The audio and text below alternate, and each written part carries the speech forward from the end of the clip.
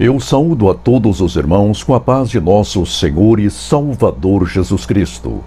Neste ensejo, sempre com a ajuda de Deus, estudaremos o seguinte tema: Jesus Cristo, o homem perfeito. E dessa forma, contribuiremos com mais alguns subsídios para a lição da Escola Bíblica Dominical. Eis os assuntos a serem tratados neste estudo bíblico. Tópico 1. A identidade de Jesus Cristo, o homem perfeito. 2. Jesus Cristo na eternidade. 3. Jesus Cristo no tempo. 4. A encarnação de Jesus Cristo. 5. A perfeição de Jesus Cristo. E 6. A obra perfeita de Jesus Cristo na cruz. Que o Pai Celeste, através do Divino Consolador, ajude-nos a conduzir este estudo bíblico, cujo objetivo é a glorificação de nosso Senhor e Salvador Jesus Cristo, verdadeiro homem e verdadeiro Deus. No demais, irmãos, rogai por nós, para que a palavra do Senhor tenha livre curso e seja glorificada, como também o é entre vós. Segundo aos Tessalonicenses, capítulo 3 e versículo 1. E não se esqueça, a Bíblia Sagrada é a inspirada, a inerrante, a infalível, a absoluta, a completa e a eterna Palavra de Deus. Vamos, pois, ao nosso estudo bíblico de hoje. Tópico 1. A identidade de Jesus Cristo, o homem perfeito. Neste tópico, querido irmão, com base nas Escrituras do Antigo e do Novo Testamento, levantaremos a identidade de Jesus Cristo, verdadeiro homem e verdadeiro Deus. Ponto 1. O Verbo de Deus. No Evangelho de João, Jesus Cristo é apresentado como Verbo eterno de Deus. João capítulo 1 e versículo 1. Nessa condição, o Senhor Jesus Cristo, sendo a ação executiva do Pai, é o responsável pela criação dos céus, da terra e de tudo o que neles há, conforme enfatiza o evangelista. Abra, pois, a sua Bíblia no Evangelho de João, capítulo 1 e versículo 3. Todas as coisas foram feitas por ele, e sem ele nada do que foi feito se fez. Sim, querido irmão, o Senhor Jesus Cristo é o Verbo de Deus, a palavra divina que permeia total e plenamente o Antigo e o Novo Testamentos. Ponto 2. O Filho de Deus. Ao apresentar o Senhor Jesus Cristo como Filho de Deus, a Bíblia declara que ele detém os mesmos atributos naturais, absolutos e incomunicáveis que fazem do Pai Celeste e do Espírito Santo o Ser Supremo por excelência.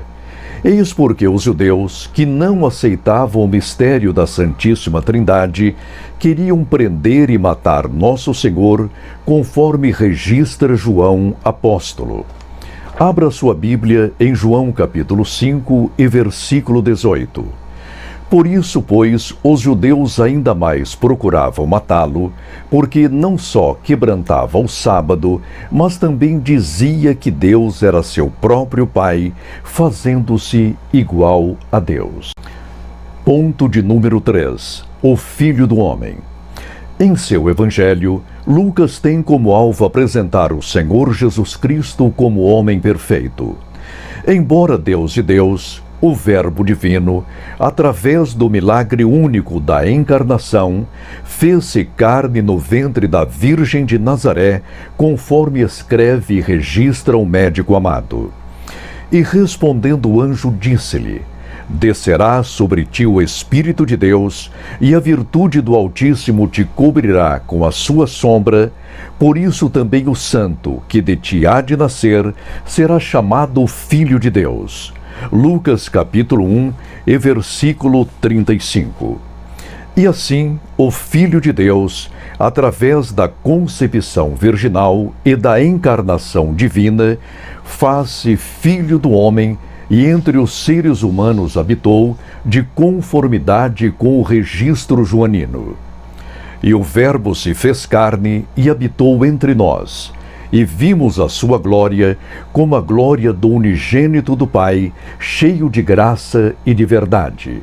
João capítulo 1 e versículo 14. A humanidade de Jesus Cristo, é bom que se frise este ponto, a humanidade de Jesus Cristo não era aparente, mas real e verdadeira. Era igual à nossa, exceto quanto ao pecado original e ao pecado experimental. Jesus Cristo, o homem perfeito. Ponto de número 4. O Messias de Israel. A expectativa da vinda do Messias não se limitava à comunidade de Israel, mas estendia-se a comunidades estrangeiras como a samaritana e a dos chamados reis magos no distante Oriente. Confira em sua Bíblia João capítulo 4 e versículo 25 e Mateus capítulo 2, versículos 1 e 2. A chegada do ungido de Deus já era profetizada desde o primeiro livro da Bíblia. Gênesis 13:15, Gênesis 49, versículo 10, Daniel capítulo 9, versículos 25 e 26 e Malaquias 4 e 2. A missão do Messias seria, como de fato o foi, redimir o mundo a partir de Israel, porque a salvação vem dos judeus. João capítulo 4 e versículo 22. Ponto 5. O Salvador do mundo. Conforme lemos em João capítulo 13, versículo 16, a principal missão do Filho do Homem, enviado ao mundo na plenitude dos tempos pelo Pai Celeste, foi salvar-nos eficazmente, pois Ele é o Salvador de todos os homens, principalmente dos fiéis. Gálatas 4 e versículo 4, 1 Timóteo capítulo 4 e versículo 10, 2 Timóteo 1 e 10. Depois de haver convivido com o Senhor por mais de 3 anos, escreveu João, o apóstolo do amor. Abra, pois, a sua Bíblia em 1 João capítulo 4 e versículo 14. E vimos e testificamos que o Pai enviou seu Filho para Salvador do mundo. Ponto de número 6. Jesus Cristo, nosso Senhor. Jesus Cristo é chamado Senhor em virtude de sua morte e ressurreição, conforme ele mesmo testifica após ter vencido as ânsias da morte. É-me dado todo o poder no céu e na terra. Mateus capítulo 28 e versículo 18. Como Senhor de todas as coisas, esta foi a sua primeira ordenança.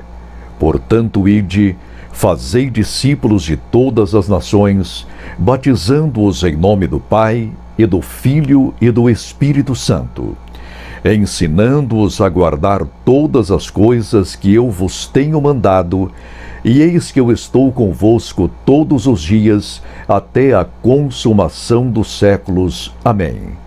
Mateus capítulo 28, versículos 19 e 20. Entre os cristãos primitivos, este era o principal credo: Senhor Jesus. Sim, querido irmão, Senhor Jesus. 1 Coríntios capítulo 12 e versículo 3. Exaltando cristologicamente a Jesus, escreveu Paulo, apóstolo: por isso também Deus o exaltou soberanamente, ele deu um nome que é sobre todo nome, para que ao nome de Jesus se dobre todo o joelho dos que estão nos céus, e na terra, e debaixo da terra, e toda língua confesse que Jesus Cristo é o Senhor, para a glória de Deus Pai. Filipenses capítulo 2, do versículo 9 ao 11.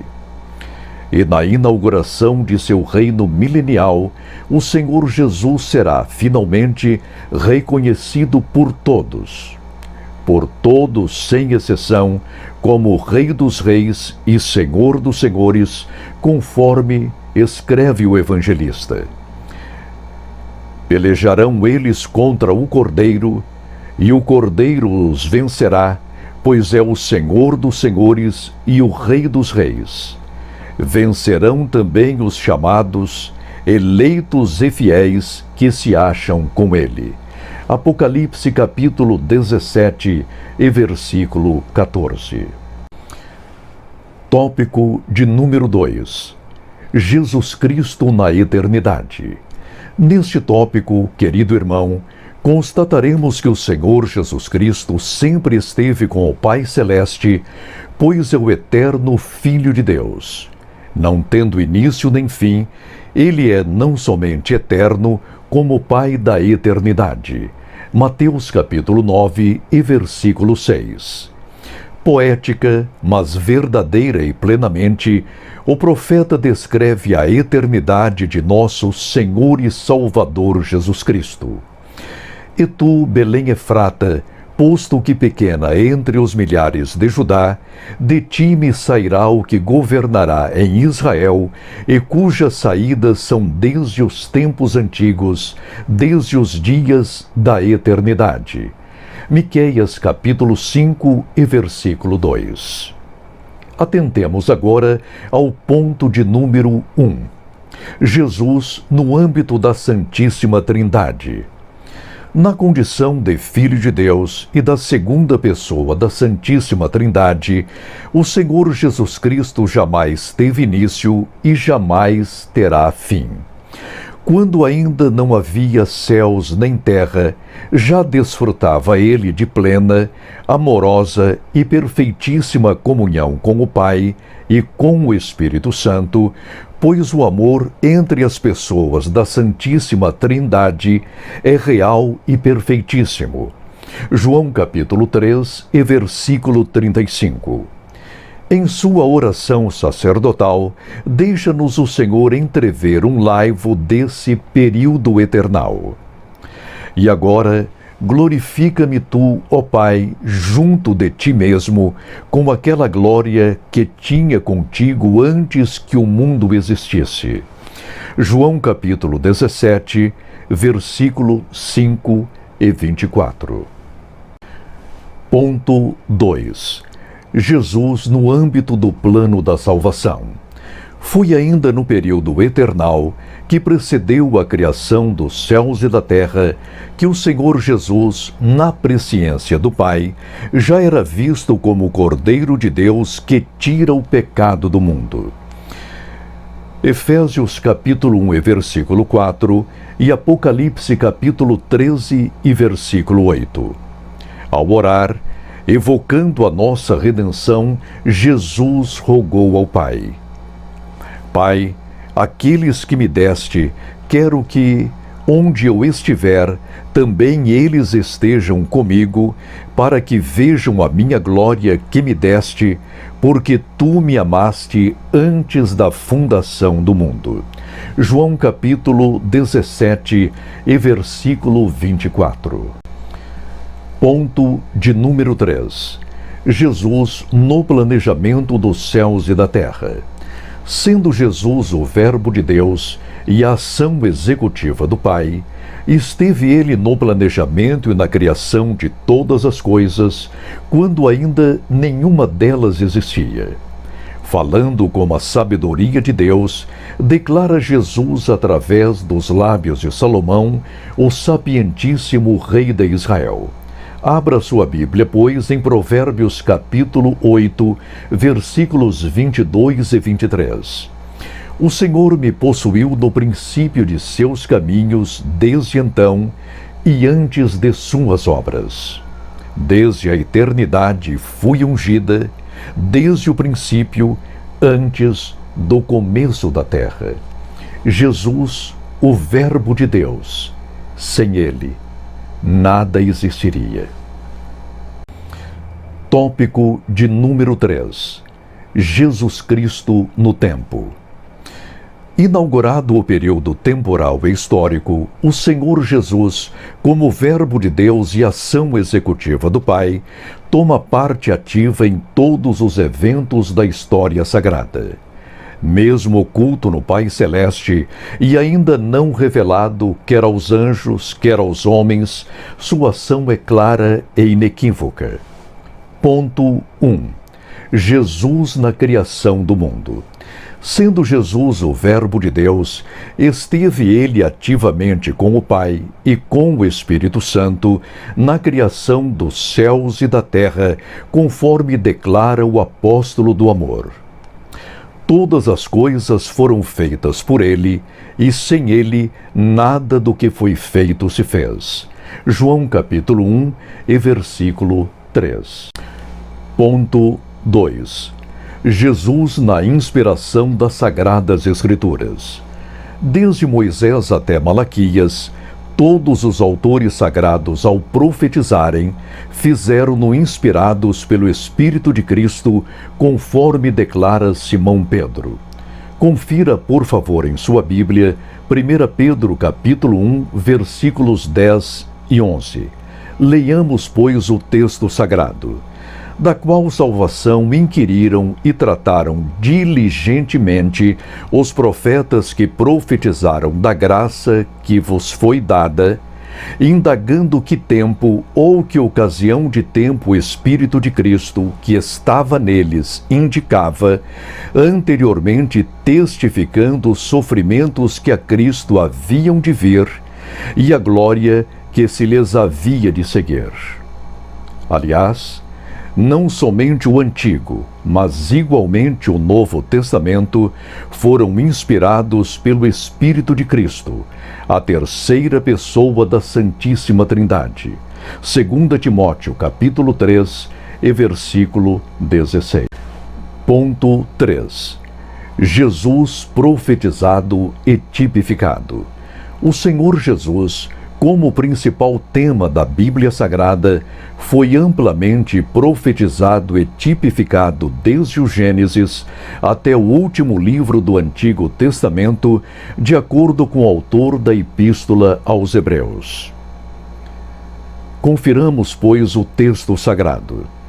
Havendo Deus antigamente falado muitas vezes e de muitas maneiras aos pais pelos profetas, a nós falou-nos nestes últimos dias pelo Filho, a quem constituiu o herdeiro de tudo, por quem fez também o mundo.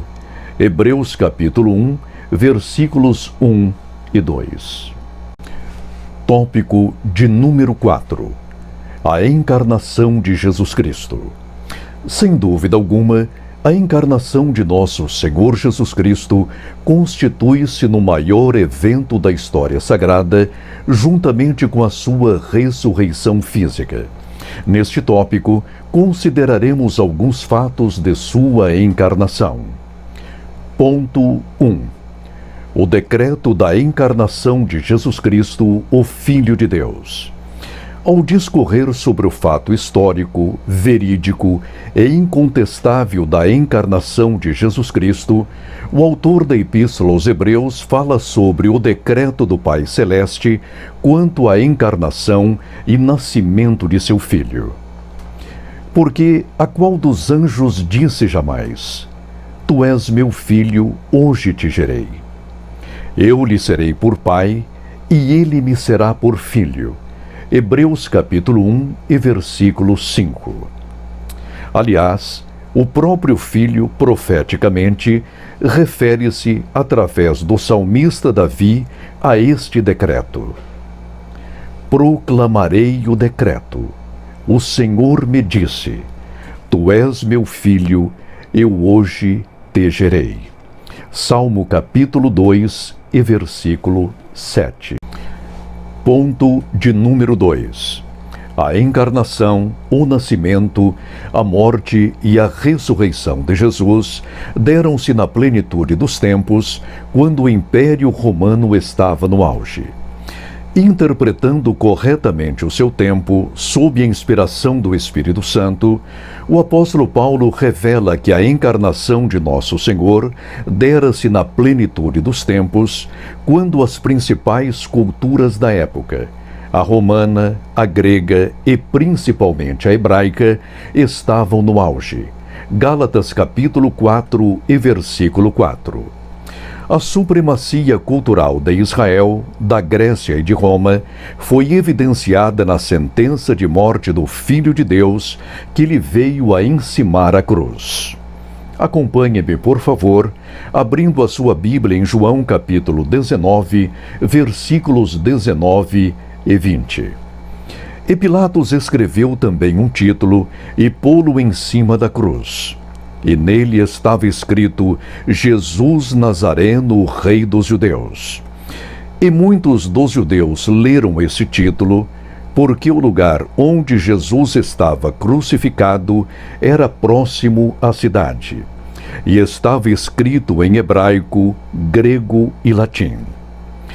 Em síntese, para que o Evangelho de Cristo se propagasse universalmente, Roma contribuiu com o governo mundial, com leis eficazes e com uma singular infraestrutura em todo o império.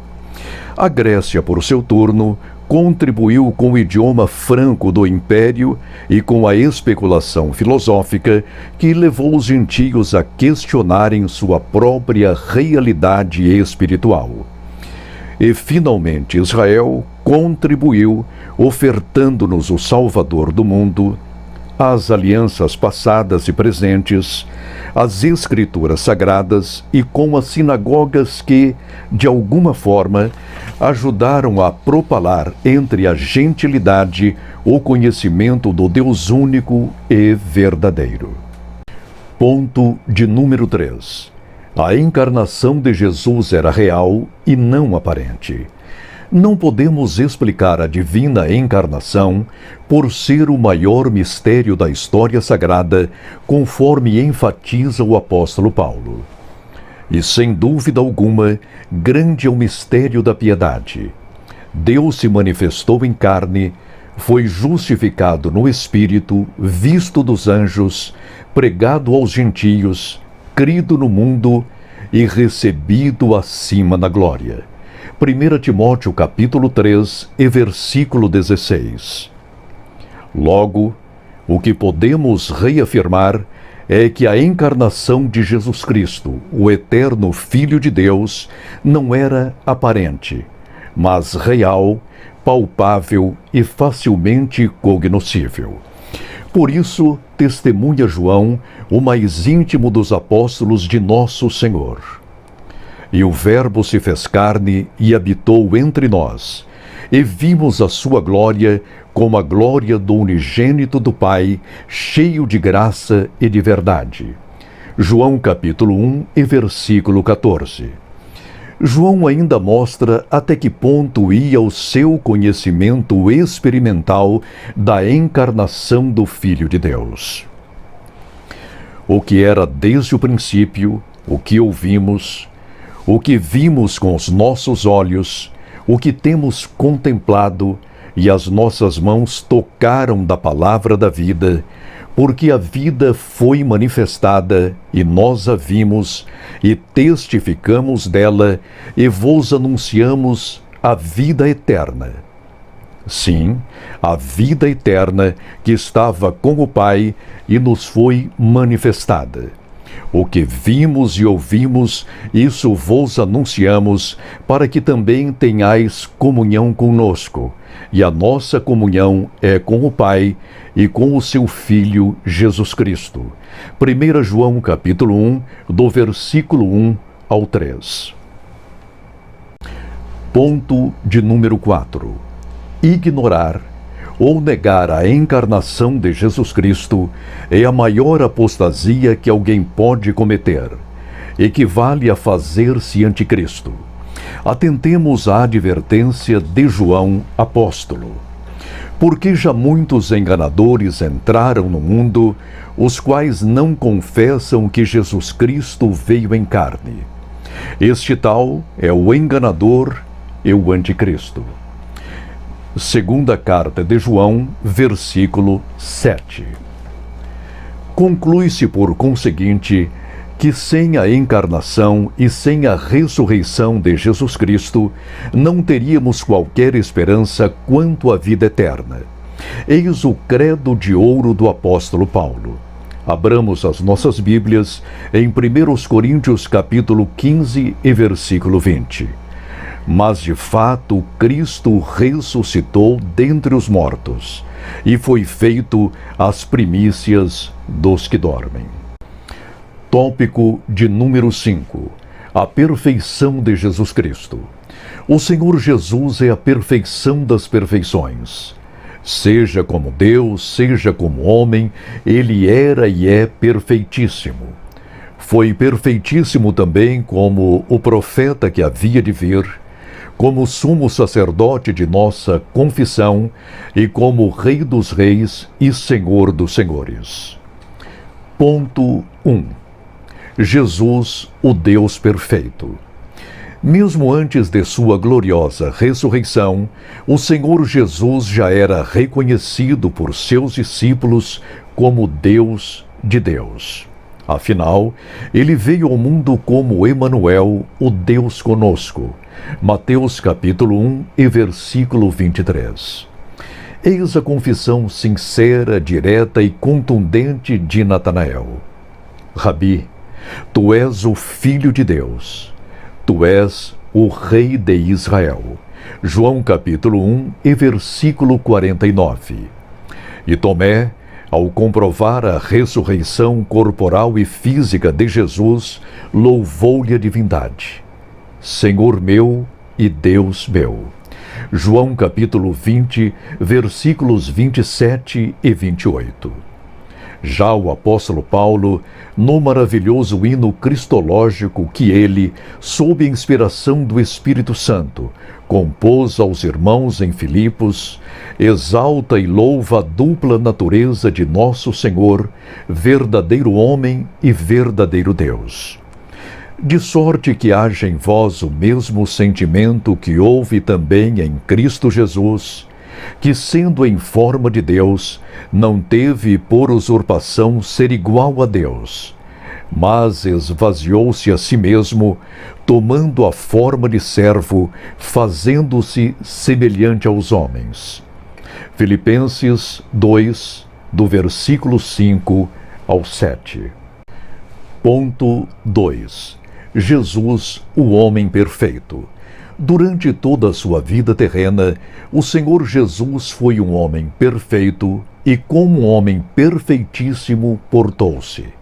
Ninguém podia acusá-lo de coisa alguma, conforme ele mesmo replicou aos seus adversários: quem dentre vós me convence de pecado? E se vos digo a verdade, por que não o credes? João capítulo 8 e versículo 46.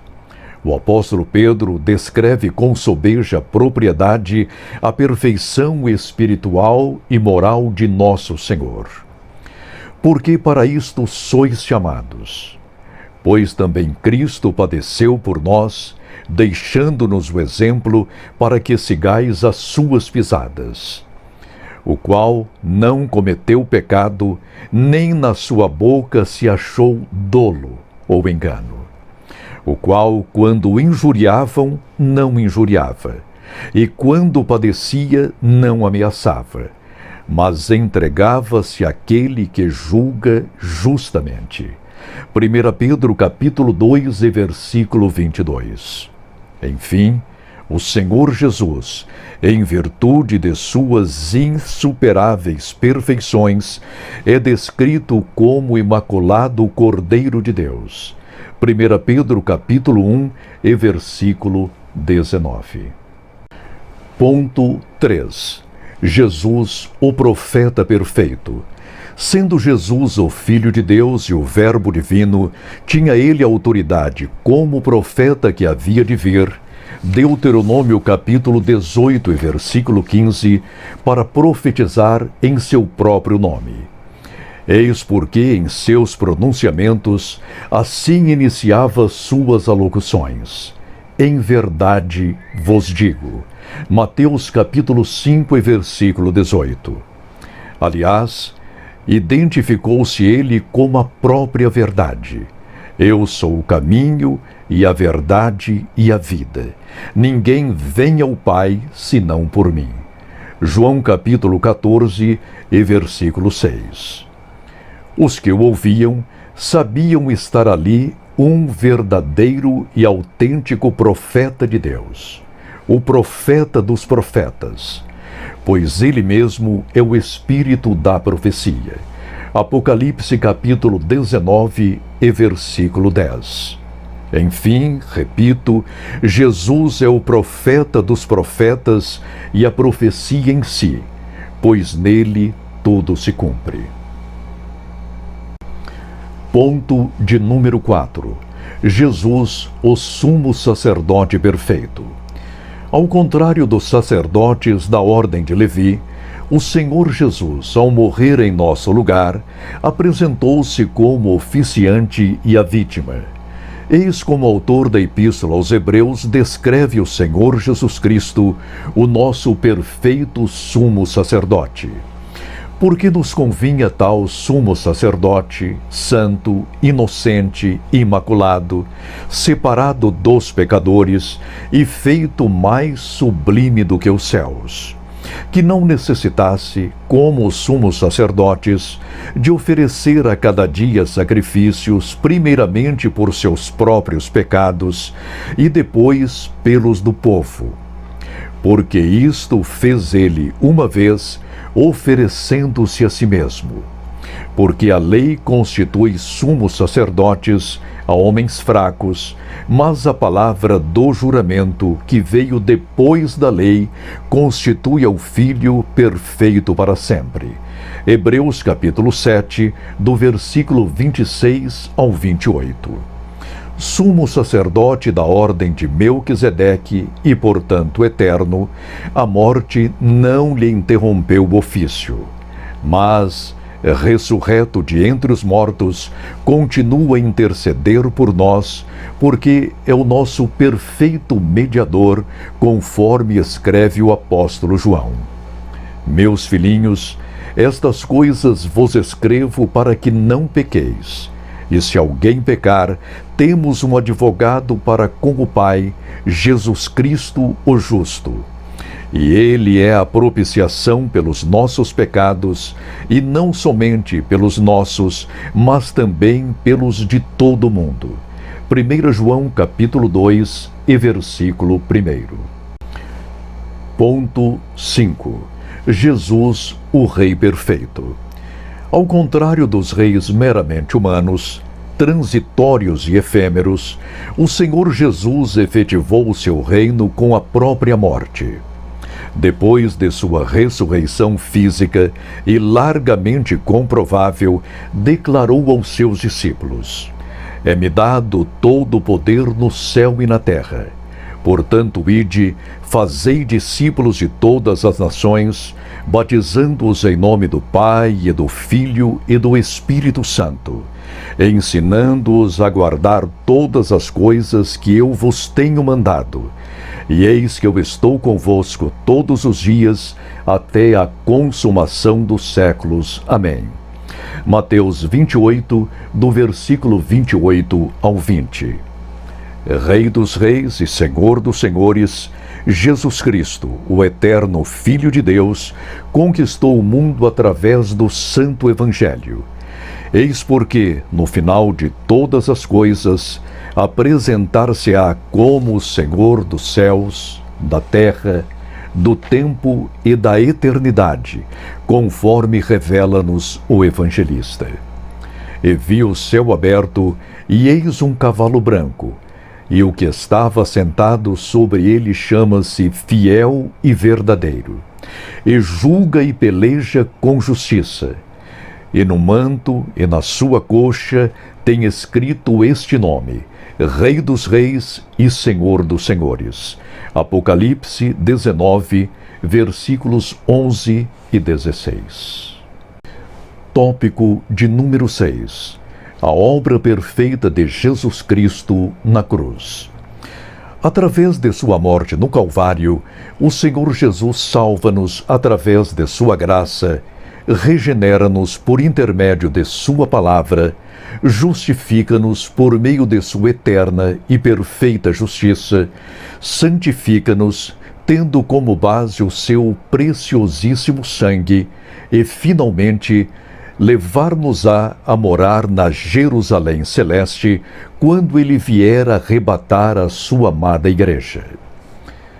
Ponto 1. Jesus deu-se vicariamente na cruz por todos os pecadores, sem qualquer exceção.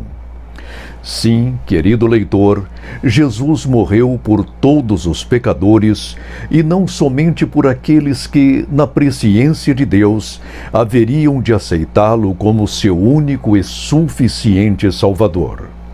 Citaremos aqui o texto áureo da Bíblia Sagrada, provando que o amor divino contemplou a todos indistintamente. Porque Deus amou o mundo de tal maneira que deu o seu Filho unigênito, para que todo aquele que nele crê não pereça, mas tenha vida eterna. João capítulo 3 e versículo 16. Acerca dessa passagem, querido leitor, precisamos tecer mais algum comentário? Acredito que não. Leiamos ainda outra passagem de João. E ele, o Senhor Jesus, é a propiciação pelos nossos pecados, e não somente pelos nossos, mas também pelos de todo mundo. 1 João capítulo 2 e versículo 2. Se Jesus não tivesse morrido por todos os seres humanos, que justificativa moral teria ele, sendo o justo dos justos, de condenar os que o rejeitam como Senhor e Salvador? Como nosso Senhor deu-se por todos, ai de quem o rejeita. Amigo, não perca tempo. Receba-o agora mesmo como seu Redentor amado. A morte vicária de Cristo não pode ser ignorada por homem algum. Ponto 2. Sua morte regenera eficaz e totalmente o homem caído. A história do ser humano neste mundo pode ser dividida em 3 etapas distintas: geração, degeneração e regeneração. Fomos gerados por Deus, degenerados em Adão, nosso primeiro genitor, e podemos ser eficazmente regenerados se aceitarmos Jesus como Salvador e Senhor. Foi o que o próprio Cristo deixou bem patente a Nicodemos. Na verdade, te digo que aquele que não nascer de novo não pode ver o reino de Deus. João capítulo 3 e versículo 3. Nascer de novo significa ser regenerado. E nessa condição, somos conduzidos às regiões celestes em Jesus Cristo. Efésios capítulo 1 e versículo 3. Conforme explica o apóstolo Pedro, inspirado pelo Espírito Santo, o pecador só pode ser regenerado pela palavra de Deus ao ouvir e aceitar pela fé o Santo Evangelho.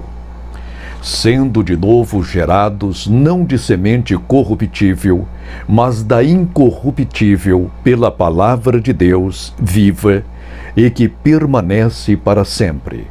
1 Pedro capítulo 1 e versículo 23. Ato contínuo, o pecador é salvo através da graça, renascendo pela ação do Espírito Santo de seu mais interior ao exterior, experimentando a regeneração do espírito, da alma e do corpo e a sua santificação. 1 aos Tessalonicenses, capítulo 5 e versículo 23. Ponto 3. Sua morte justifica-nos plenamente ante o tribunal divino. O pecador que aceita Jesus, o Cristo de Deus, como seu Salvador pessoal, é imediatamente justificado diante do tribunal de Deus. Ressaltamos que a justificação não é um mero perdão ou uma simples anistia, mas um ato jurídico eterno que, com base nos méritos de Jesus Cristo na cruz do Calvário, o Senhor Deus declara justo o pecador arrependido, como se este jamais houvera pecado. Com respeito aos benefícios da justificação, declara Paulo, o doutor dos gentios: tendo sido, pois, justificados pela fé, temos paz com Deus por nosso Senhor Jesus Cristo, pelo qual também temos entrada pela fé a esta graça, na qual estamos firmes e nos gloriamos na esperança da glória de Deus. Romanos capítulo 5 e versículo 1. Ponto 4. Sua morte restaura-nos a comunhão com o Pai Celeste. Já salvo pela graça, regenerado pela palavra e justificado pela fé, o homem, no mesmo ato salvífico, é adotado como filho de Deus, entrando na intimidade do Pai Celeste, conforme escreve João no introito de seu Evangelho. Mas a todos quantos o receberam, deu-lhes o poder de serem feitos filhos de Deus, aos que creem no seu nome, os quais não nasceram do sangue, nem da vontade da carne, nem da vontade do homem, mas de Deus. João capítulo 1, versículos 12 e 13. Já em sua comunhão de Filho de Deus, adotado pelo Pai Celeste em Jesus Cristo, o crente tem ousadia junto ao trono divino.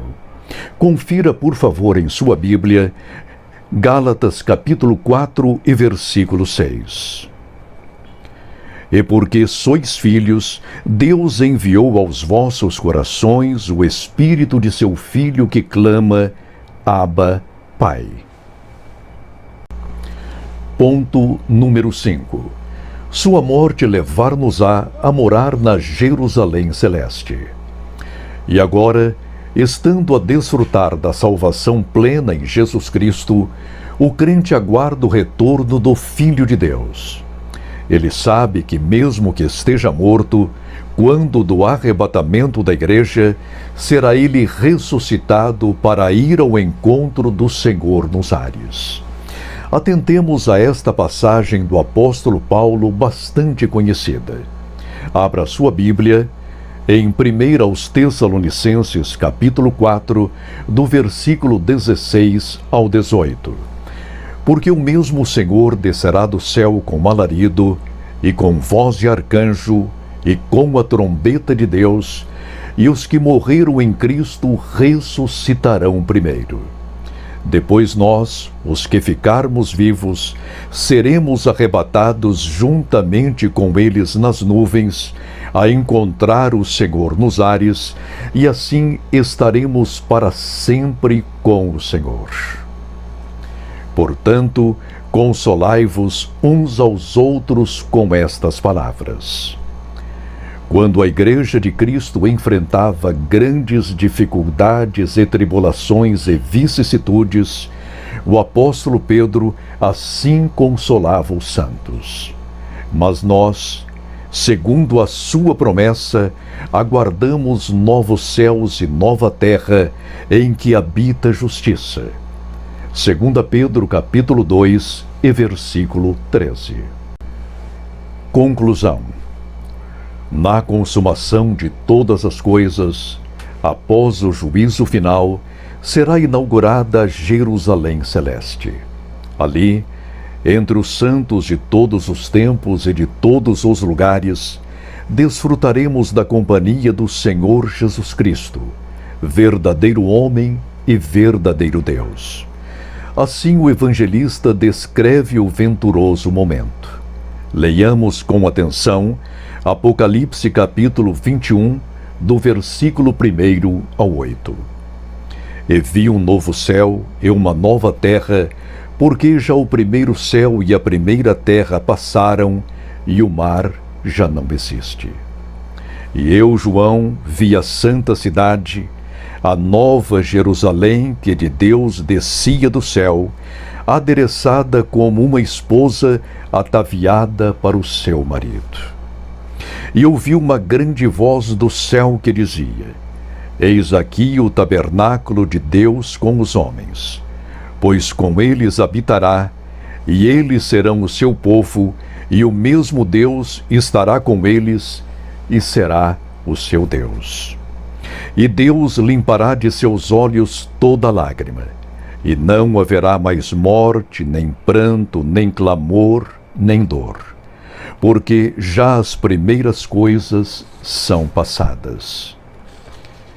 E o que estava sentado sobre o trono disse: Eis que faço novas todas as coisas. E disse-me: Escreve, porque estas palavras são verdadeiras e fiéis. E disse-me mais: Está cumprido. Eu sou o Alfa e o Ômega, o princípio e o fim. A quem quer que tiver sede, de graça lhe darei da fonte da água da vida.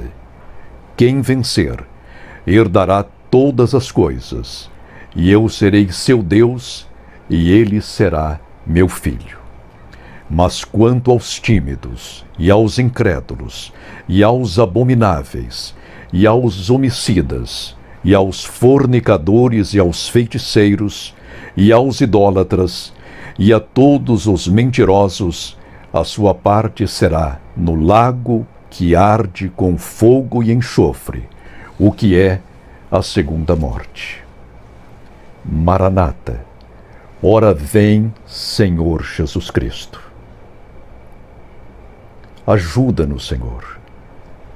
Ajuda-nos a ser fiéis e a buscar sempre a Tua vontade. A graça de nosso Senhor Jesus Cristo, o amor de Deus e a comunhão do Espírito Santo sejam com todos nós. Amém. A todos, a paz de nosso Senhor e Salvador Jesus Cristo.